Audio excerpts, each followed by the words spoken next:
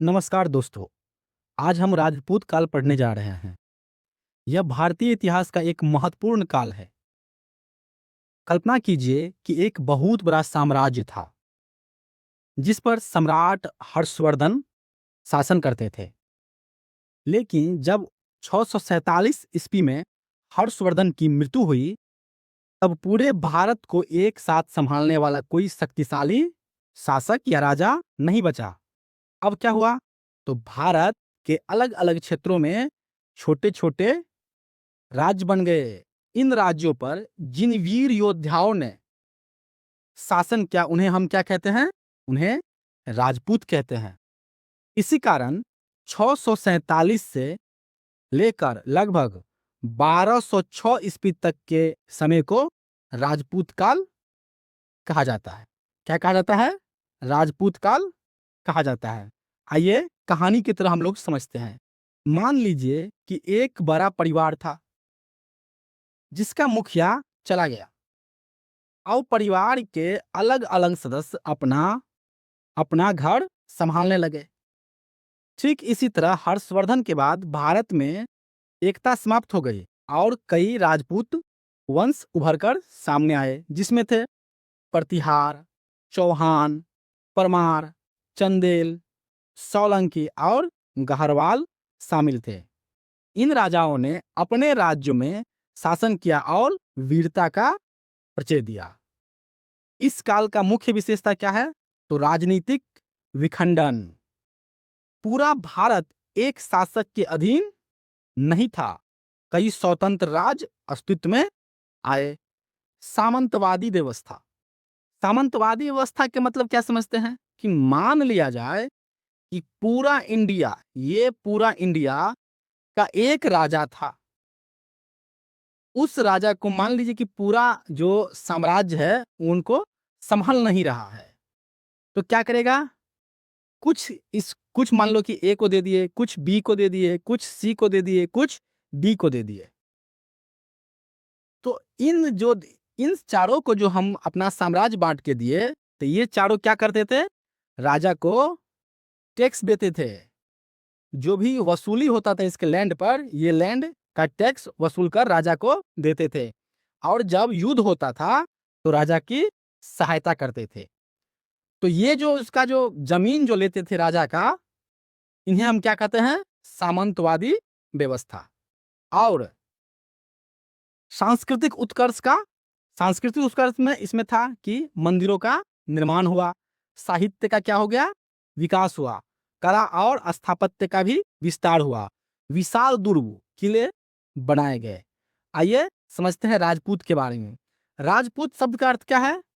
राजा का पुत्र। राजा का पुत्र अर्थात राजा का पुत्र या राजवंश से संबंधित व्यक्ति। समय के साथ राजपूत राजपूत बदल कर क्या हो गए? राजपूत। ये राजपुत्र थे, ये राजपूत हो गए, समय के साथ में बदल गया। आइए इनके सिद्धांत के बारे में जानते हैं कि अग्निकुल सिद्धांत क्या क्या रहे। तो अग्निकुल सिद्धांत के अनुसार यह सबसे प्रसिद्ध सिद्धांतों में से एक है। जैसे कि जो और भी कई सिद्धांत थे, तो इसमें से प्रसिद्ध जो सिद्धांत था वो था अग्निकुल सिद्धांत। इस सिद्धांत के अनुसार राजस्थान के माउंट आबू में एक यज्ञ हुआ। क्या हुआ? एक यज्ञ हुआ। उस यज्ञ से अग्नि से चार प्रमुख राजपूत वंश उत्पन्न हुए, जिसमें थे कौन? परमार, प्रतिहार, परमार, चौहान और सोलंकी वंश उत्पन्न हुआ। विदेशी मूल सिद्धांत को देखते हैं। कुछ इतिहासकारों का मानना था कि राजपूतों का संबंध विदेशी जातियों से था। उन्होंने शक, हून, कुषाण आदि विदेशी समूहों से राजपूतों का वंशज या पूर्वज माना।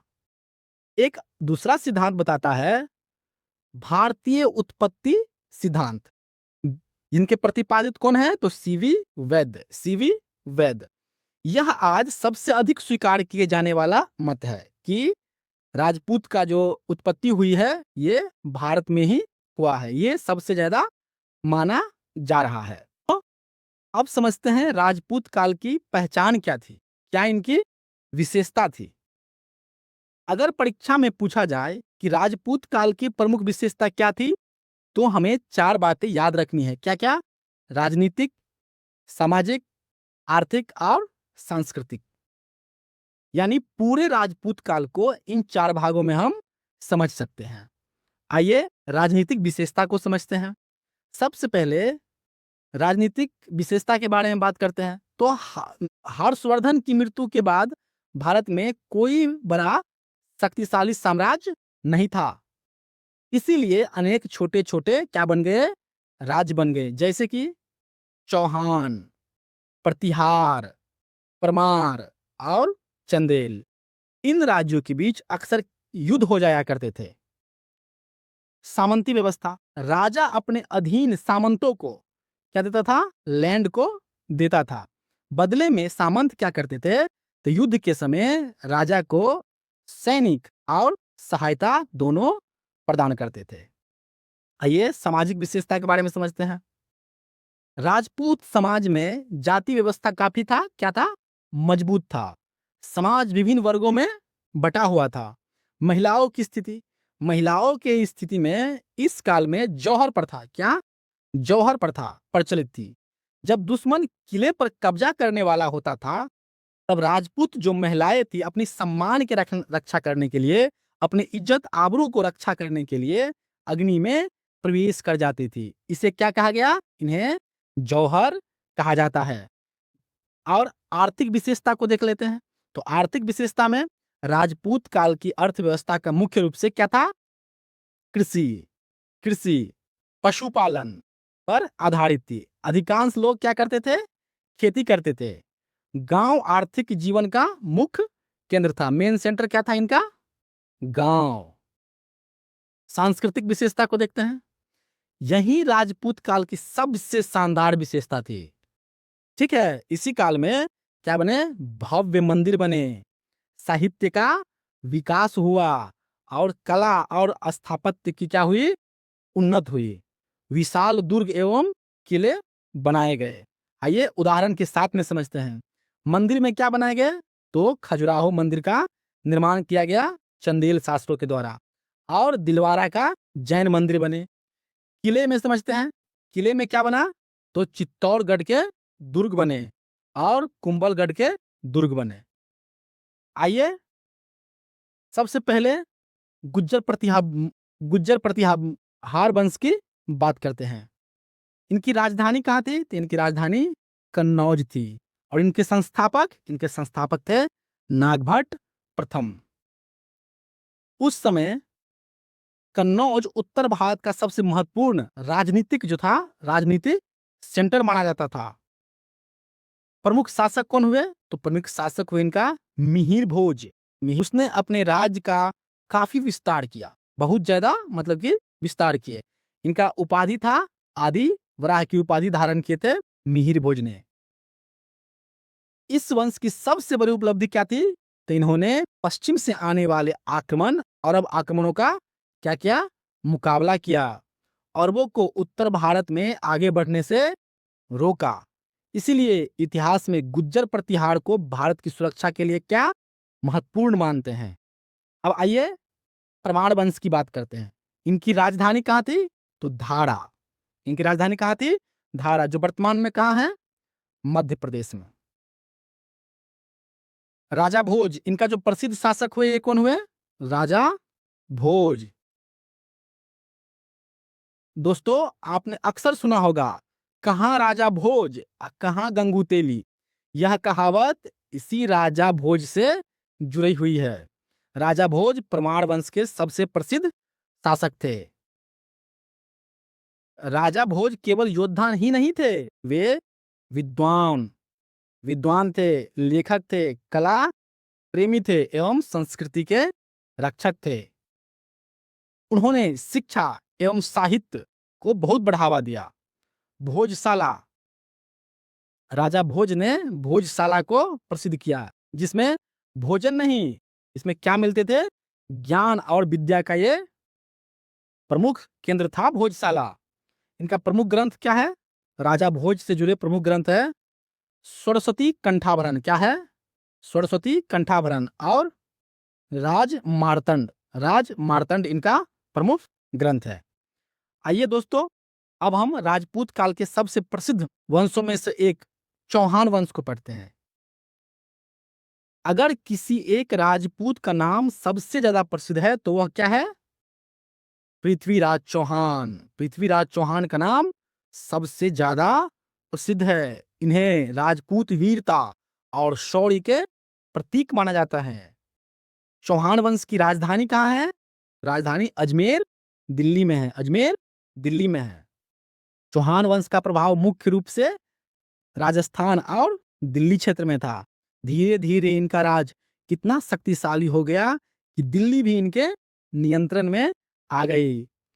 दोस्तों, चौहान वंश के सबसे जो महान और प्रसिद्ध शासक थे, कौन थे?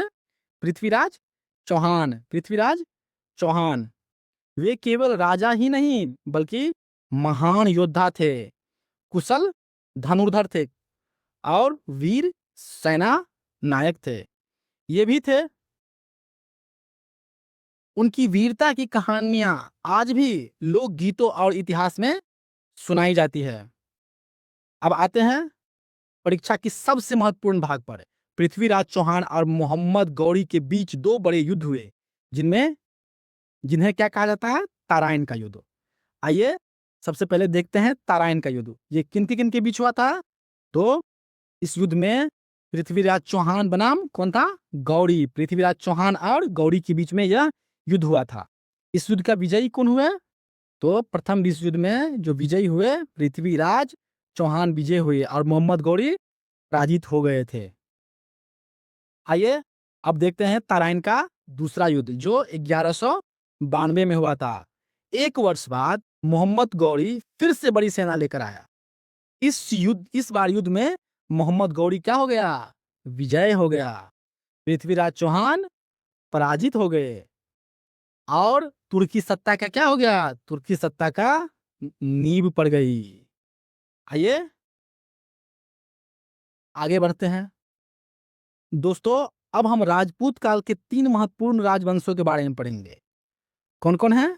तो सोलंकी, जो चालुक्य जिसे कहते हैं, चंदेल वंश और घरवाल वंश को पढ़ते हैं। इनसे यूपीएससी एवं प्रतियोगिता परीक्षा में अक्सर प्रश्न पूछे जाते हैं। आइए सबसे पहले सोलंकी वंश की बात करते हैं। इनकी राजधानी कहाँ है? इनकी राजधानी अनहिलवाड़ा, जो पाटन वर्तमान में गुजरात में स्थित है। यह वंश गुजरात की एक शक्तिशाली राजवंश था। इनके प्रमुख शासक कौन कौन थे? तो मूलराज, भीमदेव प्रथम, सिद्धराज, जयसिंह एवं कुमारपाल इनके प्रमुख शासक थे। इन शासकों ने गुजरात को एक समृद्ध और शक्तिशाली राजवंश बनाया। इनकी विशेषता तो सोलंकी शासक कला, स्थापत्य और व्यापार को बढ़ावा देने के लिए प्रसिद्ध थे। गुजरात उस समय व्यापार का बड़ा केंद्र था। आइए अब बात करते हैं चंदेल वंश की। इनकी राजधानी कहाँ है? इनकी राजधानी खजुराहो है। इनका जो प्रमुख शासक हुए, ये हुए यशोवर्मन। धंग और विद्याधर इनके प्रमुख शासक हुए। इनकी सबसे बड़ी उपलब्धि थी खजुराहो मंदिर का निर्माण, जो आज खजुराहो मंदिर विश्व में क्या है? प्रसिद्ध है। इन मंदिरों को उनकी अद्भुत वास्तुकला और मूर्तिकला के लिए जाना जाता है। अब आते हैं गढ़वाल वंश पर। यह उत्तर भारत का एक महत्वपूर्ण राजवंश था। इनका जो शासक था वो था गोविंद चंद्र और जयचंद। जयचंद जो चंदावड़ के युद्ध से संबंधित है, ये गढ़वाल वंश के ही शासक थे। दोस्तों, जयचंद का नाम आपने पृथ्वीराज चौहान की कहानी में जरूर सुना होगा। वे गढ़वाल वंश के प्रमुख शासक थे। हालांकि लोक गाथाओं में उन्हें अलग रूप में दिखाया जाता है, लेकिन इतिहास में वे कन्नौज के शक्तिशाली राजा माने जाते हैं। आइए अब हम राजपूत काल की महत्वपूर्ण घटना पढ़ेंगे, जैसे कि त्रिपक्षीय संघर्ष। ये टॉपिक से ये बहुत ज्यादा मतलब कि एग्जाम में पूछा जाता है कि त्रिपक्षीय संघर्ष क्या था। तो समझते हैं। त्रि मतलब क्या होता है? तो थ्री। संघर्ष मतलब संघर्ष होता है, यानी तीन शक्तिशाली राजवंशों के बीच हुआ संघर्ष को क्या कहते हैं? त्रिपक्षीय संघर्ष। त्रिपक्षीय संघर्ष, ये तीन वंश थे। कौन कौन वंश थे? तो ये थे गुज्जर प्रतिहार, पाल और राष्ट्रकूट। एक इसको एक लाइन में याद किया जैसे कि पाल, प्रतिहार और राष्ट्रकूट, पीपीआर। पाल, प्रतिहार और राष्ट्रकूट, इसको ऐसे याद कीजिए, पीपीआर, पाल, प्रतिहार और राष्ट्रकूट। संघर्ष किस लिए हुआ? तो ये समझते हैं दोस्तों। संघर्ष उस समय कन्नौज उत्तर भारत का सबसे समृद्ध और प्रतिष्ठित नगर था। जो कन्नौज पर शासन करता था उसे उत्तर भारत का सबसे शक्तिशाली शासक माना जाता था। यह संघर्ष कब हुआ? त्रिपक्षीय संघर्ष। ये हुआ 8वीं से 10वीं शताब्दी के मध्य हुआ। कई वर्षों तक ये तीनों शक्तियां आपस में भिड़ती रही, लड़ती रही। अब समझते हैं राजपूत की प्रशासन। क्या था उनका प्रशासन? कैसे चलता था उनका राज? आइए समझते हैं। राजा सबसे बड़ा शासक था। सभी महत्वपूर्ण निर्णय राजा लेते थे। सामंत राजा के अधीन छोटे छोटे शासक होते थे जिन्हें क्या कहा जाता था? सामंत। जैसे अभी इंडिया का एक रफली मैप लेके हम समझाते हैं कि इंडिया में 28 राज्य है और 8 केंद्र शासित प्रदेश है। तो मान लिया जाए कि एक राजा अभी नरेंद्र मोदी अभी के स्टेज से, तो ये 36 मान लो कि भागों में ये बटा हुआ है। तो ये सभी भागों को जो संभालते थे अलग अलग आदमी, उनको ही क्या कहा जाता है? सामंत। और सामंतवाद इन्हें ही कहा गया है। सामंती प्रथा या सामंती सिस्टम, ठीक है, सामंती व्यवस्था, इन्हें ही कहा गया है। जब भी कभी राजा युद्ध में फंसते, युद्ध होता, तो उनको सहायता करते थे, सैनिक से भी और खुद से भी सहायता करते थे सामंत लोग। सेना में मुख्य रूप से घुड़सवार, हाथी, पैदल सेना थे। आइए न्याय व्यवस्था के जानते हैं। राजपूत काल की न्याय व्यवस्था मुख्यतः धर्मों पर आधारित थी। ठीक है, ये धर्मों पर आधारित थी।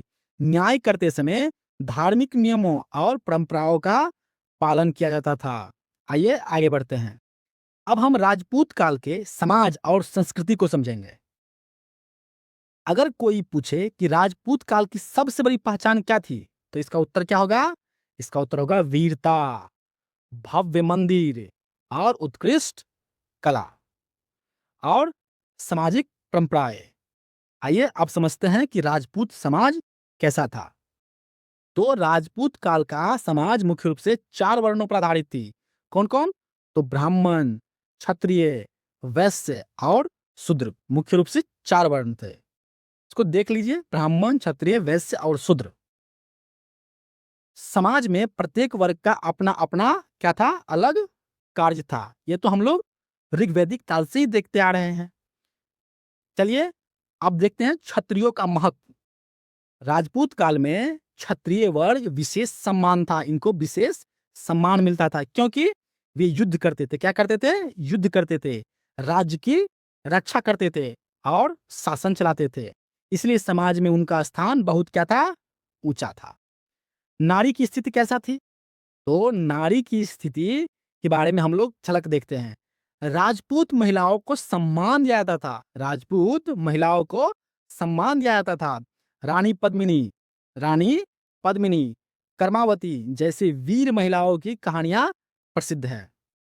लेकिन इसी काल में कुछ ऐसी प्रथाएं भी विकसित हुई जो महिलाओं के लिए कठिन थी। जैसे कौन कौन प्रथा? तो ये पर्दा प्रथा। क्या था?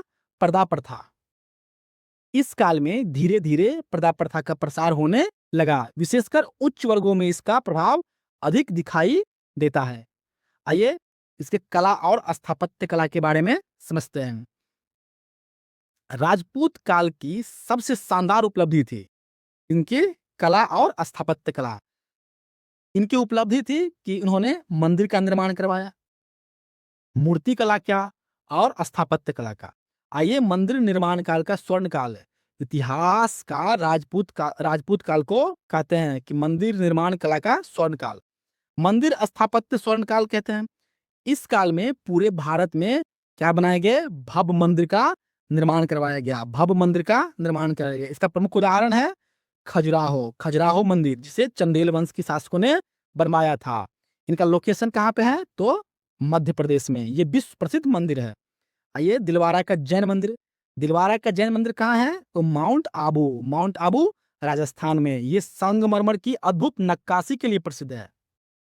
अब आज आते हैं सूर्य मंदिर। सूर्य मंदिर कहाँ पे है? तो मोढेरा गुजरात में, जिसे सोलंकी वंश के शासकों के द्वारा निर्मित किया गया है। यह मंदिर किनको समर्पित है? तो देवता सूर्य को समर्पित है। अब हम राजपूत काल के दो महत्वपूर्ण विषय पढ़ेंगे। राजपूत काल का साहित्य, ठीक है, राजपूत काल का साहित्य और राजपूत के पतन के कारण क्या थे। तो आइए हम साहित्य पर देखते हैं। ये दोनों विषय से परीक्षा में काफी प्रश्न पूछे जाते हैं, ठीक है। तो आइए हम राजपूत काल के साहित्य को एक बार देख लेते हैं। तो राजपूत काल केवल युद्धों का काल नहीं था, यह साहित्य और संस्कृति का भी महत्वपूर्ण काल था। सांस्कृतिक साहित्य का विकास, इस समय संस्कृत भाषा का विशेष महत्व था। राजाओं ने विद्वानों और कवियों को संरक्षण दिया, जिससे साहित्य का क्या हुआ? बहुत ज्यादा विकास हुआ। अपभ्रंश साहित्य दोस्तों, धीरे धीरे संस्कृत से क्षेत्रीय भाषाओं का विकास होने लगा। इसी दौरान अपभ्रंश साहित्य का भी विकास हुआ। यही आगे चलकर कई आधुनिक भारतीय भाषाओं का आधार बना। राजपूत काल की सबसे प्रसिद्ध रचनाओं में से एक है, क्या है? पृथ्वीराज रासो, जो चंद्रबरदाई द्वारा लिखा गया। इसमें पृथ्वीराज चौहान के जीवन एवं वीरता का वर्णन मिलती है। अब सबसे महत्वपूर्ण प्रश्न है कि इतने वीर होने के बावजूद राजपूतों का पतन क्यों हो गया? क्या कारण था? जब सब वीर ही थे तो पतन क्यों हुआ? तो इसका कारण है राजनीतिक एकता का अभाव। राजपूतों की सबसे कमजोरी यही थी, वे छोटे छोटे राज्यों में बटे थे। एकजुट होकर लड़ने के बजाय कई बार आपस में ही संघर्ष करते थे। सामंतवादी व्यवस्था हम समझ ही गए हैं कि सामंत अपने अपने क्षेत्रों में शक्तिशाली हो गए थे। इससे क्या हो गई? तो सेंट्रल पावर, केंद्रीय सत्ता कमजोर हो गई। आपसी संघर्ष में क्या हो रहा था? तो इसमें चारों, चौहान, गढ़वाल, परमार और चंदेल, ये चारों अक्सर युद्ध करते थे। इससे इनकी शक्ति क्या हो गई? कमजोर हो गई। तुर्कों की संगठित सेना, मोहम्मद गौरी और तुर्क शासकों की सेना, जैसे कि इनका तेज घुड़सवार होना, बेहतर युद्ध रणनीति होना और सैन्य संगठन की व्यवस्था, इन्हीं सब कारण अधिक प्रभावी थे। आइए कहानी की तरह हम समझते हैं इसको, कि मान लेते हैं कि 5 भाई है कोई आदमी, अगर वे मिलकर कोई युद्ध लड़े तो इनको हराना बहुत ही मुश्किल कार्य होगा। लेकिन यदि वे आपस में ही लड़ते रहे तो बाहर से आने वाला व्यक्ति आसानी से इन्हें हरा सकता है। आप तो कहानी सुने ही होंगे कि एक लाठी को आसानी से तोड़ा जा सकता है, लेकिन लाठियों के समूह को तोड़ना बहुत ही मुश्किल है। तो यही कारण था, ठीक है। अब हम राजपूत काल के सार को समझते हैं। राजपूत काल भारतीय इतिहास का काल था, जिसमें हमें क्या देखा? वीरता, स्वाभिमान, त्याग और संस्कृति के अद्भुत संगम देखे। हर्षवर्धन की मृत्यु के बाद भारत राजनीतिक रूप से कई राज्यों में बट गया, लेकिन इसी काल में अनेक महान राजपूत वंशों की क्या हो गया? उदय हो गया। राजपूत काल की सबसे बड़ी उपलब्धियां क्या थी?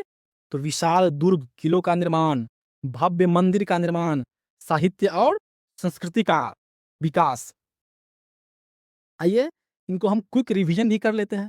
जैसे कि गुज्जर प्रतिभा हार वंश की राजधानी कहाँ थी? तो कन्नौज। इनका शासक मिहिर भोज थे। परमार वंश की राजधानी धार थी। इनका प्रमुख शासक भोज। और चौहान वंश की अजमेर। प्रमुख शासक पृथ्वीराज चौहान। और सोलंकी की राजधानी अनहिलवाड़ा और उनका प्रमुख शासक हुए कुमारपाल। चंदेल वंश की खजुराहो, इसका जो प्रमुख शासक हुए धंग एवं विद्याधर। गढ़वाल वंश की राजधानी कहाँ है? कन्नौज, जिनका प्रथम शासक हुए जयचंद, जो चंदावड़ के युद्ध लड़े थे 1194 ईस्वी में। आइए राजपूत काल। राजपूत काल 647 से 1206 ईस्वी तक चलता है। इनके संबंध में जो सबसे फेमस सिद्धांत है ये अग्निकुल सिद्धांत है, जिसमें यह सिद्धांत पृथ्वीराज रासो जो बुक लिखा गया था चंद्रबरदाई द्वारा। मिहिर भोज का जो टाइटल है, जो इनका क्या है, आदि वराह। तराइन का द्वितीय विश्व युद्ध कब हुआ? तो 1192 ईस्वी में। खजुराहो मंदिर का निर्माण किसने किया? तो चंदेल शासकों ने किया था। आइए दोस्तों, हम समझते हैं कि सभी वीर होने के साथ इन वंश का पतन क्यों हुआ और इससे हम क्या सीखते हैं अपने इतिहास से। तो इतिहास हमें यह सिखाता है कि केवल हम लोग वीर बने यही पर्याप्त नहीं है, एकता और संगठन भी उतना ही आवश्यक होते हैं। राजपूत वीर थे लेकिन एकजुट नहीं थे, यही उनके उत्थान और पतन का मुख्य कारण बना। धन्यवाद दोस्तों। अगर लेक्चर पसंद आया है तो लाइक, शेयर एंड सब्सक्राइब करें। जय हिंद।